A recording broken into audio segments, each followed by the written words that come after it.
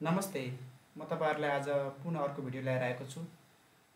यो भिडियोमा तपाईहरुले एउटा क्यूबबाट तीनटा पिरामिड कसरी बनाउन सकिन्छ भनेर थाहा पाउनुहुनेछ। त्यसको लागि सबैभन्दा पहिले तपाईले ग्राफिक भ्यूबाट गएर तपाईले 2D ग्राफिक, अल्जेब्रिक भ्यू र 3D ग्राफिक्स ल्याउनु होला। यो हामीसँग अल्जेब्रिक र 2D ग्राफिक्स अटोमेटिक आउँछ भने 3D ग्राफिक्स ल्याउनको लागि तपाईले भ्यू बटनमा गएर 3D ग्राफिक्समा क्लिक गर्नुभयो भने हाम्रो 3D ग्राफिक्स आउँछ। त्यसैले 3D ग्राफिक्स छ यहाँ। अब हामी क्यूब बनाउनु पर्छ सबैभन्दा पहिले। त्यसको लागि 3D मा क्लिक गर्नु होला र 9th टुल बारमा जानु होला र त्यहाँ गएर तपाईले क्यूब सिलेक्ट गर्नु होला। क्यूब सिलेक्ट गरिसकेपछि तपाईले क्यूब बनाउनु होला। मैले ओरिजिनबाट एउटा पोइन्ट राखे र मैले 3 मा अर्को पोइन्ट राखे, y एक्सिसबाट बनाएँ। अब हाम्रो x एक्सिस र y एक्सिसमा बेस भएको र z एक्सिसमा हाइट भएको क्यूब बनेको छ। 3 युनिट हाइट भएको क्यूब बनेको छ। अब हामीले यहाँ पिरामिड बनाउनु पर्ने छ, जसको लागि तपाई त्यही 9th टुल बारमा गएर पिरामिडमा क्लिक गर्नु होला। पिरामिडमा क्लिक गरेर अगाडि देखिएको फेसलाई यो ए ई बी एफ भन्ने फेसलाई तपाईले क्लिक सिलेक्ट गर्नु होला र तपाईले यसको भर्टेक्स डी लाई मान्नु होला। त्यसपछि गएर हामी अर्को फेसतिर जाम, जुन एक्सिसमा परेको लाइन जहाँ छ त्यही जाम। अर्को हाम्रो एक्सिसमा परेको एक्स एक्सिसमा परेको लाइन यहाँ छ। हामीले यो फेसलाई सिलेक्ट गरेर हामी फेरि पिरामिड जानुहोस् र पिरामिड सिलेक्ट गरेर तपाईले फेरि यो फेसबाट एउटा पिरामिड बनाउनुहोस्। डी ए ई एच र डी जोड्नुहोस् र यसले पिरामिड दिन्छ। त्यसको भर्टेक्स पनि डी मै लगेर जोड्नुहोस् र हामीसँग अब एउटा पिरामिड बाँकी रह्यो। यसलाई चाहिँ घुमाउनुहोस्। घुमाउँदा बेस पिरामिड बाँकी रह्यो। बेसबाट बन्ने पिरामिड बाँकी रह्यो। त्यसको लागि तपाईले फेरि पिरामिडमा क्लिक गर्नुहोस् र यो बेस फेसलाई तपाईले सिलेक्ट गर्नुहोस्।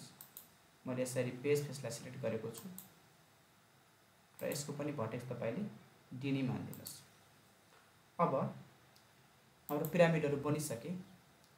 अब हामीसँग ए बी सी भन्ने पिरामिड बनेको छ। ए भनेको हाम्रो पुरानो क्यूब हो। हामी त्यो क्यूबलाई सिलेक्ट गरौँ र त्यसको कलरलाई चेन्ज गर्दियौँ। मैले कलरलाई अलिकति ट्रान्सपरेन्सी बनाएँ, ओपासिटी अलिकति मैले कम गरेँ यसको र यसलाई मैले व्हाइट कलर दिएँ।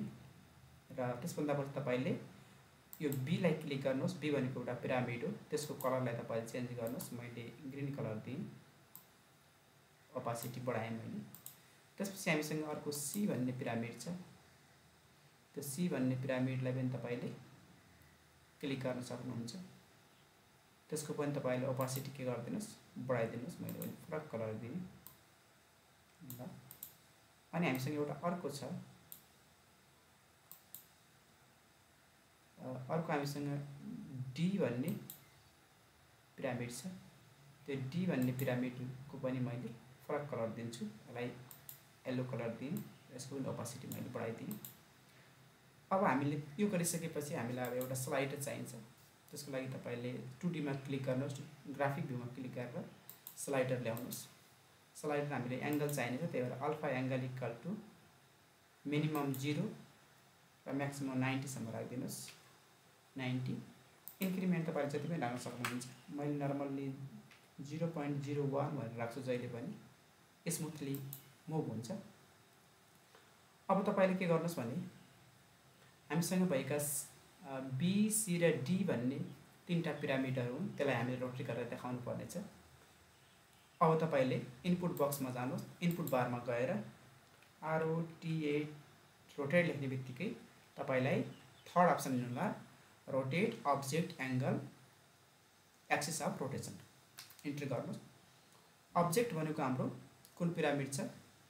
अब्जेक्ट भनेको डी पिरामिड हो। म डी लाई मैले कन्स्टेन्ट राखेँ, केही पनि गरिनँ र सी पिरामिड राख्दैछु। यहाँ क्लिक गर्नुहोस्। अब यहाँ आएर सी पिरामिड लेख्नुहोस्। अब्जेक्टको ठाउँमा सी लेख्नुहोस्। एंगल हामीले बनाएको स्लाइडरको नाम के छ? अल्फा छ। अल्टसँग ए दबाउनु भयो भने अल्फा आउँछ र एक्सिस अफ रोटेसन। अब हामीले एकैछिन तपाई 2D मा आएर यसरी हेर्न सक्नुहुन्छ, 3D मा आएर हेर्न सक्नुहुन्छ। यसलाई रोटेट गर्नुहोस् एकैछिन। हाम्रो सी भन्ने अब्जेक्ट कुन हो तपाईले सिलेक्ट गर्नुहोस्। पहिलो कुरा सी भन्ने पिरामिड यही नै यहाँ देखियो। यसको बेस, यसको एउटा लाइन एक्सिसमा छ। कुन एक्सिसमा छ हामीसँग? यो लाइन हेर्नुहोस्। यो यहाँदेखि यहाँसम्मको लाइन हाम्रो एक्स एक्सिसमा छ, त्यसैले यहाँ एक्सिसको ठाउँमा लेखिदिनुहोस् तपाईँले। एक्सिसको ठाउँमा स्मल एक्स अनि capital A X I S axis लेखिदिनुहोस् र तपाईँले इन्टर गरिदिनुहोस्। त्यसपछि हामी अर्कोतिर जाँदैछौँ। अब तपाईँले यो सी भन्नेलाई हटाइदिनुहोस्।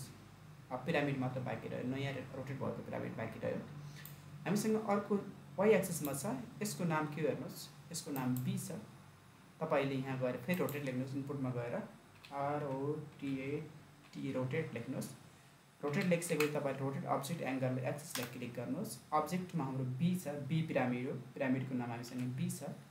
एङ्गल भनेको त्यही हाम्रो स्लाइडर बनाएको एङ्गल छ, अल्टसँग ए दबाउनुहोस् अल्फा आउँछ। एक्सिस हाम्रो कुन एक्सिसमा रोटेट गरौँ, हामीले वाइ एक्सिसमा रोटेट गरौँ, त्यसैले यहाँ नजिक स्मल वाइ अनि capital A X I S. A capital लेख्नु होला, एक्स आइएसलाई स्मल लेख्नु होला, अगाडिको वाइ पनि स्मल लेख्नु होला। यसलाई इन्टर गरिदिनुहोस् र तपाईँले त्यो बी भन्नेलाई पनि हटाइदिन सक्नुहुन्छ। र अब तपाईँले चाहेअनुसारको फिगर बनिसकेको छ। मैले 2D मा क्लिक गरेँ, ग्राफिक्सको मैले एक्सिस र ग्रिडलाई हटाइदिएँ। त्यसै गरी मैले अब 3D को पनि ग्रिड र एक्सिसलाई मैले हटाइदिन्छु र मैले कन्ट्रोल ए गरेँ। कन्ट्रोल ए गरेर सिलेक्ट गरेँ र त्यसलाई राइट क्लिक गरेर अल्जेब्रिक भ्यूमा सिलेक्ट भएको ठाउँमा गएर राइट क्लिक गरेर सो लेभल गरिदिनु होला। सो लेभल दुई पटक गर्नुपर्ने हुन्छ। सो लेभल गरिदिनु भयो भने हाम्रो सबै लेटरहरू हटेर जान्छ। र अब तपाईँले पोइन्ट पनि चाहिँदैन भने अल्जेब्रिकमा जानुहोस्, त्यहाँ क्लिक गर्नुहोस् र टाइप अब्जेक्टमा राख्नुहोस्। त्यहाँ गएर तपाईँले पोइन्टहरूलाई सिलेक्ट गरेर तपाईँले के गर्न सक्नुहुन्छ, सो अब्जेक्ट गरिदिन सक्नुहुन्छ। र अरू पोइन्टहरू पनि छन्, अब हेर्नु होला, अरू पोइन्टहरू पनि छन्। त्यसैले हामीले यो पोइन्टहरूलाई सिलेक्ट गरेर कन्ट्रोल गर्नुभयो भने यो नचाहिने पोइन्टहरू छन्, त्यसलाई कन्ट्रोल गरेर तपाईँले सिलेक्ट गर्नु होला र राइट क्लिक गरेर सो अब्जेक्ट नै गरिदिनु होला। पोइन्टहरू हटेर गए। अब हामीसँग मात्र यहाँ एउटा पोइन्ट बाँकी रहेको छ, सी भन्ने पोइन्ट छ, त्यसलाई पनि मैले हटाइदिएँ र अब हाम्रो काम बनिसकेको छ। अब तपाईँले यसलाई चलाएर हेर्न सक्नुहुन्छ, तपाईँले आफ्नो इच्छाअनुसार। मैले स्लाइडर चलाउँछु, ल हेर्नुहोस्, तीनटा पिरामिडहरू छन्। तीनटा पिरामिडहरूलाई सँगै जोड्ने हो भने एउटा के बनेको छ, क्युब बनेको छ। त्यसैले हामीले यसबाट के भन्न सक्छौँ भने volume of 3 pyramid equal to volume of cube भनेर भन्न सक्छौँ, अथवा volume of cube equal to volume of 3 pyramid भनेर हामीले यसरी विद्यार्थीलाई बुझाउन सक्छौँ। मैले आज तपाईँहरूको सामु यो भिडियो प्रस्तुत गरेको छु। मन पर्यो भने सेयर, लाइक र सब्सक्राइब गर्न नबिर्सनु होला भन्दै आजको भिडियोबाट बिदा हुन चाहन्छु। हवस्, धन्यवाद, नमस्ते, शुभ दिन।